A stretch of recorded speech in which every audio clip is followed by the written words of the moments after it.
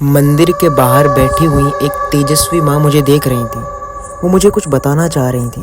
मैं उनके पास गया तो उन्होंने मुझे कहा, बेटा क्या तू जानता है एक ऐसी माँ भी है जिनकी गोद में बैठा बच्चा खुद देवताओं का सेनापति है। आज है नवरात्रि का 5वां दिन और इस दिन की देवी है माँ स्कंद माता। लेकिन बेटा ये माँ कोई साधारण रूप नहीं, ये वही पार्वती है जिनके कार्तिकेय यानी स्कंद का जन्म हुआ था। कथा है जब देवताओं और असुरों के बीच भीषण युद्ध छिड़ गया तब सब देवता हार मान गए। तभी महादेव और पार्वती के तेज से उत्पन्न हुए स्कंद जो बने सेनापति और उन्होंने असुरों का संहार करा। इसलिए माँ को कहा गया है स्कंद माता, वो माँ जिनकी गोद से देवताओं को विजय मिली।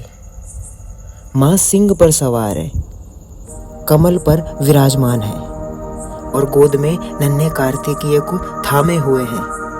उनकी 4 भुजाओं से करुणा और शक्ति एक साथ बहती है। जो भी भक्त माँ को सच्चे मन से पुकारता है, माँ उसे अपने गोद में बच्चे की तरह संभाल लेती है। और यही गोद डर को मिटाने वाली, विजय दिलाने वाली देवी की गोद है।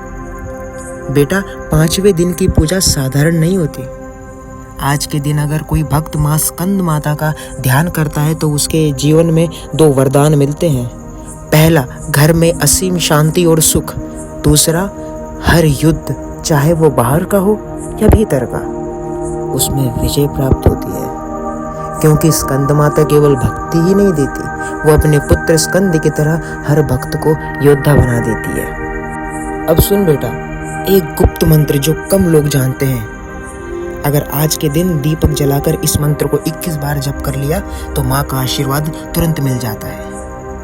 वो मंत्र है ओम देवी स्कंद माताये नमः। कहते हैं इस मंत्र का उच्चारण करते ही घर के नकारात्मक शक्तियां भाग जाती हैं और माँ अपने आशीर्वाद से घर को स्वर्ग बना देती है। तो बेटा याद रख, 5वां दिन है माँ की गोद का दिन। जिसने भी आज माँ स्कंद माता को सच्चे मन से याद किया, समझ ले उसकी जिंदगी की सबसे बड़ी लड़ाई माँ तो पहले ही जीत चुकी है। अब बस भक्त को माँ की गोद की शरण लेनी है। अपने आप को कभी भी अकेला मत समझो,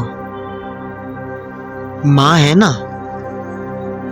हर कार्य में माँ तुम्हारे साथ है। इसीलिए जुड़ जाओ ताकि अगला रहस्य जान सको।